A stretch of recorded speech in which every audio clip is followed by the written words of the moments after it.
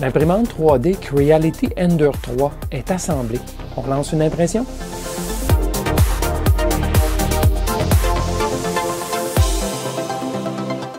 Bidouilleur, salut! Cette vidéo est la suite de la vidéo numéro 318 de banc d'essai que j'ai publiée récemment au sujet de l'imprimante Creality 3D Ender 3, disponible pour environ 200 $. Dans la première partie, j'ai fait le déballage et l'assemblage de l'imprimante. Vous devriez visionner la vidéo avant celle-ci. Il y a un lien vers la vidéo partie 1 dans la description ci-dessous. Je vais faire pour vous aujourd'hui quelques essais d'impression de modèle 3D, en fait 3 essais.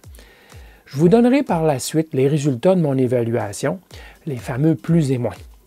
Notez que par souci de vivre l'expérience d'un néophyte, je n'ai visionné aucune vidéo couvrant cette imprimante au préalable, que ce soit de l'assemblage ou de l'impression. Je ne veux pas être positivement contaminé dans mon évaluation de l'imprimante.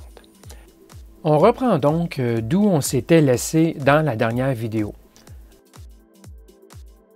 Allumage de l'imprimante, le ventilo de l'alimentation et le panneau de contrôle se mettent en marche. Après quelques secondes, je constate que tout semble fonctionnel. On y va avec une impression. Premier essai, l'incontournable Benchy. Ce petit bateau en apparence simpliste. Il est disponible partout sur le web. Alors ça semble banal, mais c'est apparemment un modèle 3D poussant l'imprimante 3D à ses limites. On verra bien. J'ai ajouté du support latéral, étant donné que la coque est en partie en suspension. Mais, assez bizarre cependant, Cura n'a pas fait le contact entre les supports et la coque. Bon, qu'importe. Je l'imprimerai tel quel. Pour les étapes suivantes, je vais suivre les instructions fournies dans le manuel d'opération inclus sur la carte SD. La première étape, le préchauffage de la buse d'extrusion. Je laisse les températures de la buse et du plateau à leur valeur par défaut, car ces températures sont dans la plage recommandée pour le filament PLA. Les températures ajustées sont atteintes. Je vais ensuite faufiler le filament de PLA. J'ai choisi d'utiliser l'échantillon de PLA blanc fourni avec l'imprimante. J'en ai pesé pour 14 grammes et c'est exactement la quantité de plastique que le logiciel Cura a estimé pour l'impression du 3D Benchy. Dans la vie, il faut parfois vivre dangereusement. Ce n'est pas toujours facile d'enfiler le filament dans l'orifice du tube, mais on finit par y arriver.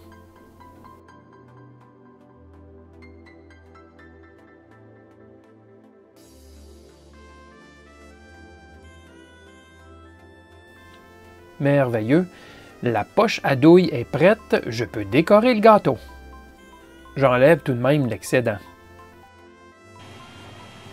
J'envoie ensuite la buse à la maison, son point de référence 0.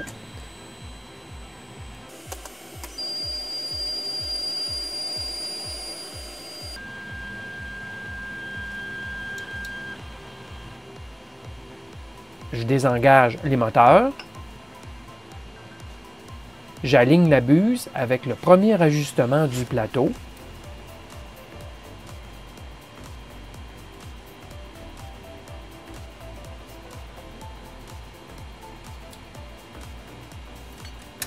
Et j'élimine à nouveau le glaçage blanc. Ensuite, je fais le nivellement du plateau en ajustant les molettes sous les 4 coins du plateau. Une feuille de papier régulier doit pouvoir glisser tout juste entre la buse et le plateau. Il faut sentir une légère friction, mais sans plus de résistance. Et ensuite, je refais l'étape de nivellement une deuxième fois. J'insère la carte micro SD contenant le fichier J-code du 3D Benchy. La loi de Murphy qui frappe encore, mauvais sens. Maintenant, je lance l'impression. L'accéléré est de 1 minute de temps réel par seconde de vidéo. Je vous laisse admirer.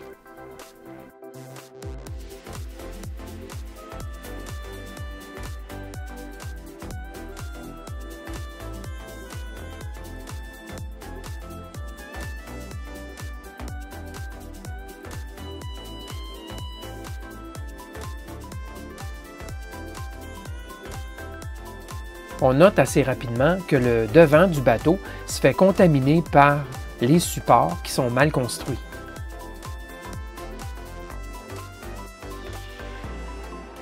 J'enlève l'excédent à la main durant l'impression, mais c'est peine perdue, il s'en crée du nouveau. Qu'importe, c'est à l'extérieur du bateau et ce sera facilement éliminé. Je constate que les supports de coque ne serviront à rien. C'est fidèle à ce que Cura nous a montré. Ça ne touchait pas.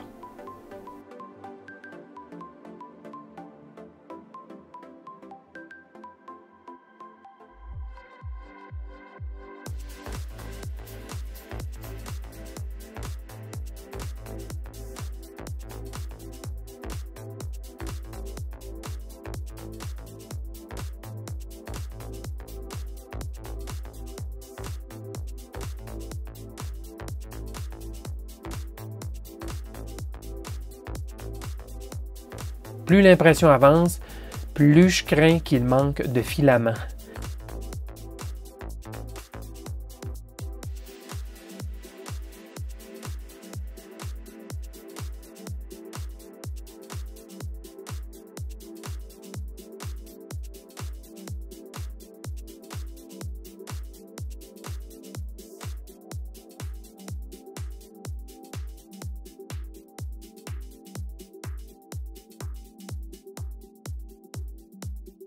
Et oui, j'arrive au bout du rouleau de filament et le toit n'est pas complété. Un peu humiliante comme première impression. C'est l'expérience qui rentre.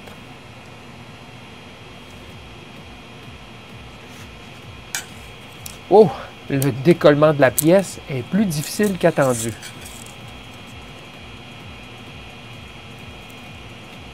Ah, là aussi, j'ai des croûtes à manger. Bon, allons observer le 3D Benchy de plus près.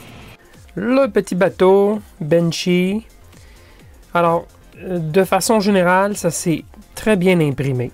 Vraiment, je suis surpris de la qualité compte tenu du prix payé pour l'imprimante. Évidemment, ce n'est pas parfait et je suis vraiment déçu d'avoir manqué de matériel. Le toit va plus se compléter, mais je l'aurais serré un de ces quatre avec plus de plastique. Si j'avais pas imprimé les côtés, les supports qui au final n'étaient pas requis, j'aurais eu juste assez de plastique à mon avis. Oui, alors c'est bien. Il y a quelques petits défauts. Si vous regardez ici, et ça c'est le talon d'Achille des imprimantes 3D, c'est lorsqu'il y a impression de porte-à-faux hein, ou de zones qui ne sont pas supportées. Vous voyez ici, c'est très bien dans le cercle. Par contre, le plafond du cercle, juste ici, est un peu manquant, malheureusement. Et c'est la même chose dans les arches du bateau, de la porte, juste ici. Mais sinon, je considère que c'est quand même un bon résultat, même si je n'ai pas d'expérience, mais à en juger là, la critique et à voir aussi le plafond. C'est important de constater le plafond aussi.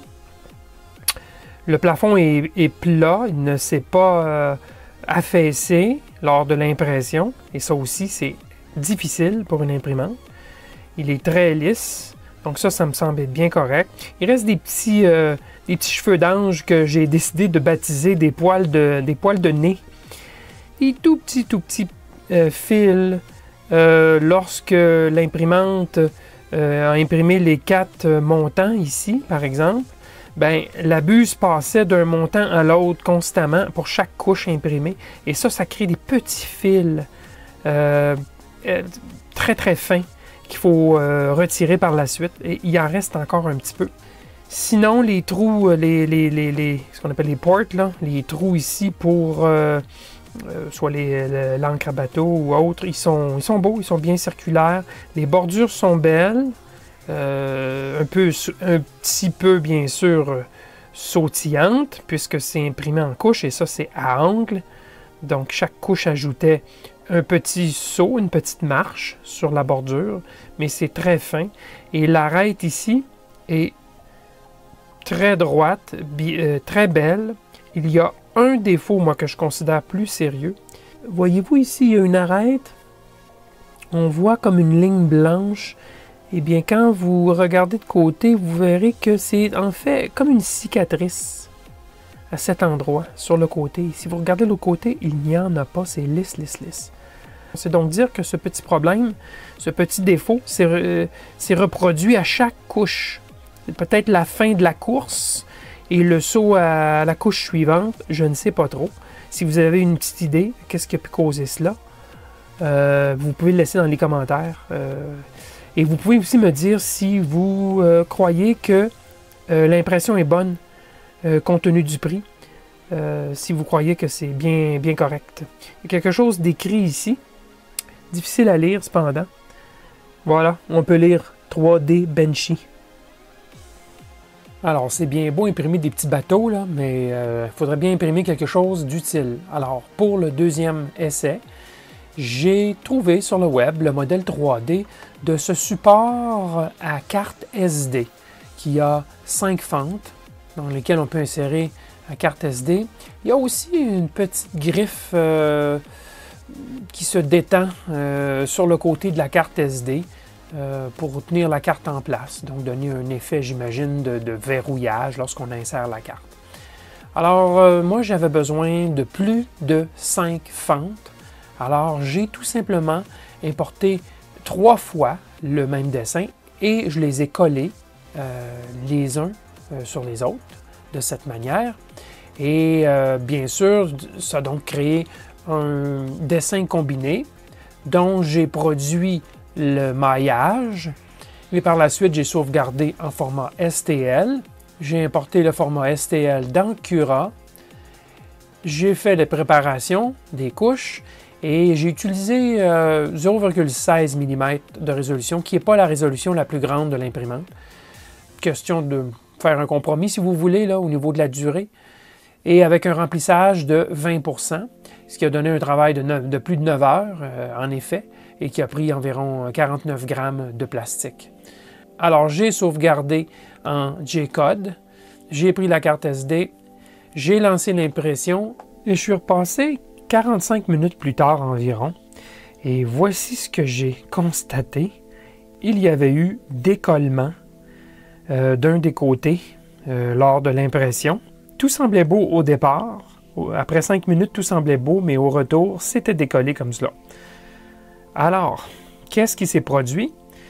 Eh bien, avec un peu de rétrospective, j'ai compris c'est que je n'avais pas mis le plateau parfaitement au niveau, malgré que je croyais que je l'avais fait comme il faut. Mais clairement, lorsque la machine s'est mise à imprimer, j'ai bien vu qu'ici, lorsqu'elle commence à dessiner, avant même d'imprimer la pièce, j'ai bien vu que ça ne collait pas nécessairement du côté gauche. Alors j'ai quand même laissé aller l'impression, avec un peu de doute, mais tout de même. On voit que ce n'est pas tout à fait rectangulaire, cette face ici. Le plastique ne collait pas tout à fait bien, ça coupait à angle ici. Alors, le résultat, bien, vous l'avez, belle surface au départ, mais malheureusement, ça s'est soulevé. Alors, j'ai cessé l'impression, j'ai refait mon niveau comme il faut, aux 4 coins, 2 fois plutôt qu'une, et le résultat final, bien, a été excellent. Alors, cette fois-ci, vous pouvez voir, le rectangle est bien droit, les 4 faces sont bien droites, bien collées sur la surface, et effectivement, la pièce s'est très bien imprimée. Bien sûr, il y a toujours quelques petits défauts de surface, des petites lignes. C'est clairement aux endroits où la couche change, et il y a une petite traînée de plastique lorsque la buse se soulève pour imprimer la couche suivante. Mais un petit papier sablé ici, ça serait réglé très rapidement. Il y a quelques-unes de ces marques. Il y a 4 endroits ici et disons, 1 ou 2 endroits ici. Qu'est-ce que je peux dire aussi? Bien, évidemment, la face inférieure, elle est parfaite. Très, très belle. Si vous avez une face que vous voulez parfaite, bien, utilisez toujours la face inférieure. Il y a une texture, elle n'est pas lisse, mais elle est très très belle. Il semble bien que ça soit la solution. Ensuite, la conception elle-même a un petit problème, c'est que la petite griffe à l'intérieur, elle est trop rigide. Et lorsqu'on arrive pour insérer une carte SD, bien, ça n'entre pas bien. Et si on force de façon excessive, hop, la griffe se casse. Et des griffes cassées, là, j'en ai plusieurs comme vous voyez ici. Donc, c'est une combinaison de facteurs. Le plastique PLA n'est pas suffisamment flexible et où la conception n'est pas bien faite.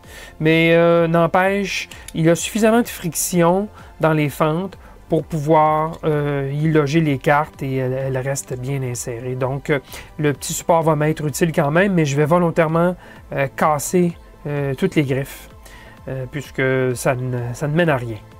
Bon essai de la part du concepteur, mais non.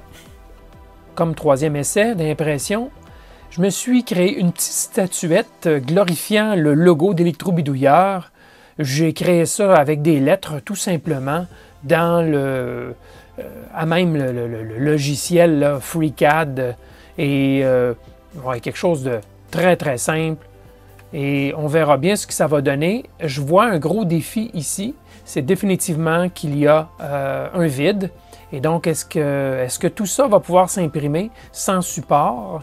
Ce sera vraiment à voir, mais je crains énormément pour cette impression. Alors je crois que ça sera un bon test, d'autant que c'est beaucoup plus haut que les autres pièces que j'ai imprimées jusqu'à maintenant. On parle de 78 mm de hauteur.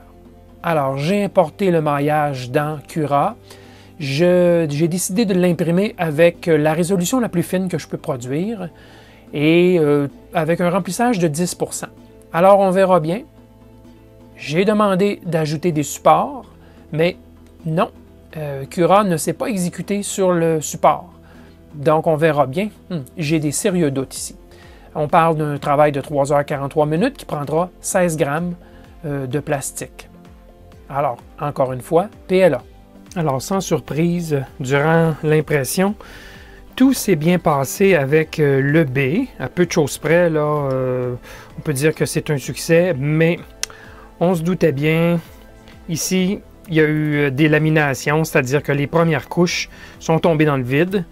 Et il y en a eu quand même quelques-unes qui ne sont pas rendues sur la surface. Et même chose pour le E. Alors, naturellement, je vais sauver la pièce en limant la surface. Évidemment, les barres ici seront un peu plus minces qu'elles auraient dû l'être. Mais la pièce sera sauvée. Alors, la raison pourquoi Cura n'a pas produit les supports, comme je les avais demandé, c'est que l'option de l'emplacement des supports doit être mis à partout, everywhere, plutôt que seulement touchant la base, la plaque. Alors, comme ça touchait, les supports touchaient le disque, il ne les a pas ajoutés. Et là, voyez-vous, en mettant everywhere, ben là, les supports apparaissent. Il aurait fallu, évidemment, que je découpe tout ça à la fin, avec des couteaux, un couteau très coupant ou des pinces ou peu importe, pour faire tout ce soutien. J'aurais pu peut-être limiter aussi par les dimensions, seulement ce support-ci et ces supports-ci, le B, ne pas les faire. Ils sont corrects, tels quels. Alors voilà, on apprend de nos erreurs.